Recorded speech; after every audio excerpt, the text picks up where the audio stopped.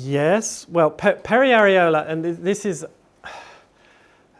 again, people get a confusion of nomenclature for operations. Periareola literally means just partially around the areola, okay? So it's sort of like a half moon incision, okay? Now, if you do an operation through that scar, you are taking no skin out, okay? That is a tissue, that's a tissue-only removal. So, if you do that on a patient, you have to, one, hope to God that either A, they don't have a lot of skin on their chest, because if they do, it's going to just heal up and just hang, okay? It'll sag, okay? Or that they have got not a lot of tissue there to start with, okay?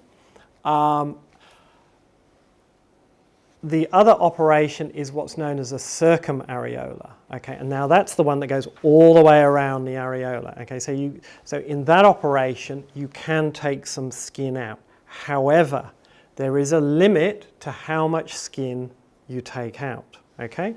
Back to the drawing board for this.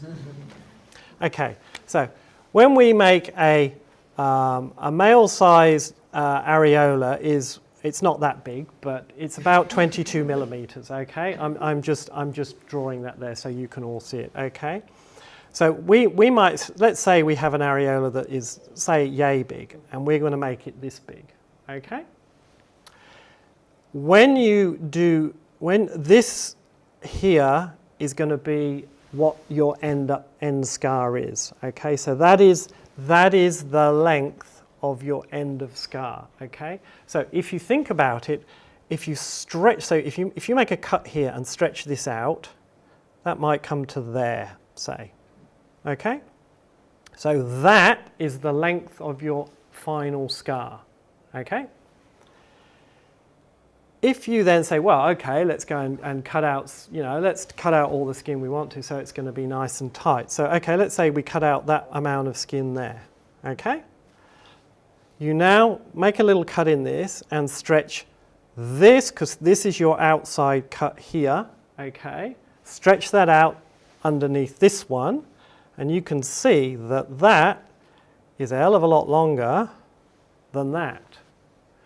So if you cut that out, at the end of the operation, you have to get that length of scar into that amount of tissue.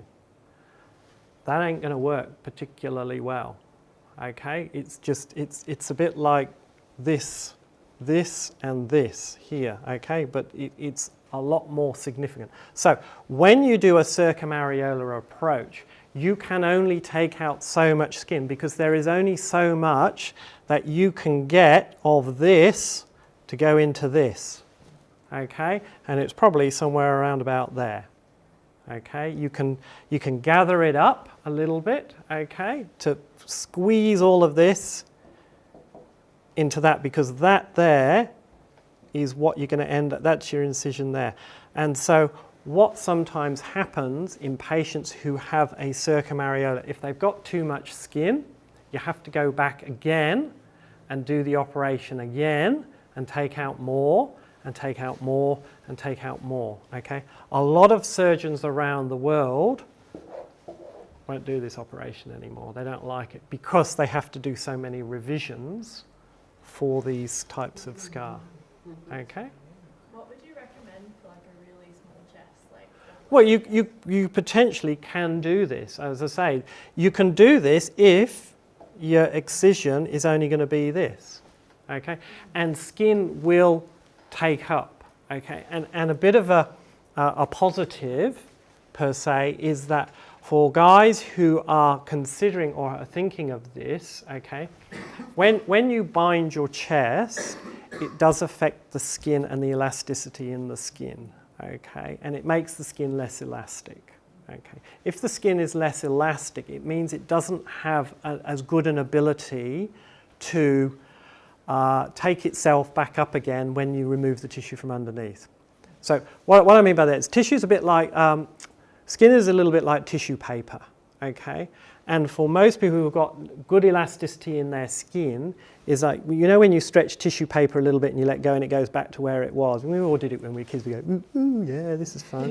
When you take it too far and you let go, it doesn't move. Okay, well that's what happens a little bit with skin that's lost a bit of its elasticity. It won't take itself back up again, okay? So it's sort of like with patients who are considering this, who have probably got a small chest, they're probably not, or they may not be binding, okay? So they've probably got better skin quality, in inverted commas, than patients who may be binding, okay? I'm not saying that therefore don't bind. I'm just saying that therefore is a little bit of an advantage potentially for them that allows them to maybe consider this because their skin will take up and contract back down again much better, okay? So you can do it, but there is only a certain select group of patients who you can do it on. No, not really. No, I mean, for me, it's people would think, oh, this is an easier operation. This is actually a harder operation by far than doing a double incision operation. It's a lot more tricky because you're operating through a little hole. Okay, you have to use a special lighted retractor, and you're in and around and stuff. And it's just a much harder operation to do.